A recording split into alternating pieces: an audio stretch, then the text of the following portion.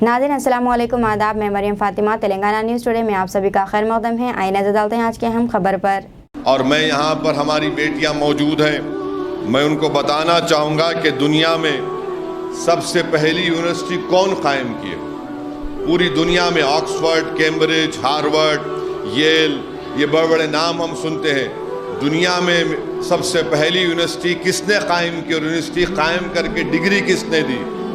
ये गोरो अंग्रेज़ों ने नहीं किया, यूरोपियंस ने नहीं किया, अमेरिकन्स ने नहीं किया, बल्कि दुनिया में सबसे पहले यूनिवर्सिटी बनाने वाली का नाम फातिमा अल फित्री था। लड़की थी, मोरक्को में फातिमा अल फित्री उनका नाम था।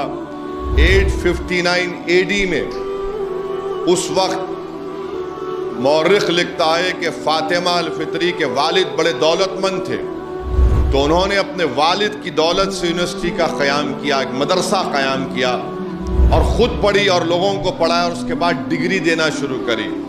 तो जब वो मदरसा यूनिवर्सिटी खोली तो उनके वालिद का इंतकाल हो गया, उनके भाई का इंतकाल हो गया, मगर अल्लाह की ये वलिया फातिमा अल फित्री अपने इस मिशन में जारी रही।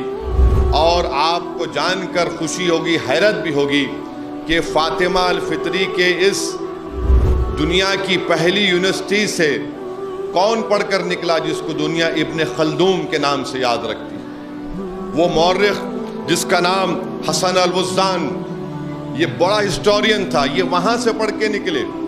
तो इसलिए मेरी बेटियों, ये आपकी जिम्मेदारी है कि आप भी जब इल्म हासिल करेंगी तो आप इल्म को फैलाओ, इल्म को बांटो।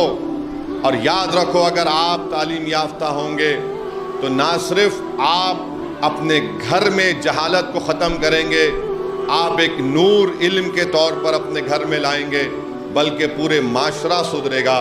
दीजिए नाज़रीन, मरियम फातिमा को इजाज़त। मिलते हैं अगली अहम खबर के साथ। तब तक के लिए हमारे चैनल को लाइक, शेयर और सब्सक्राइब करना ना भूलें।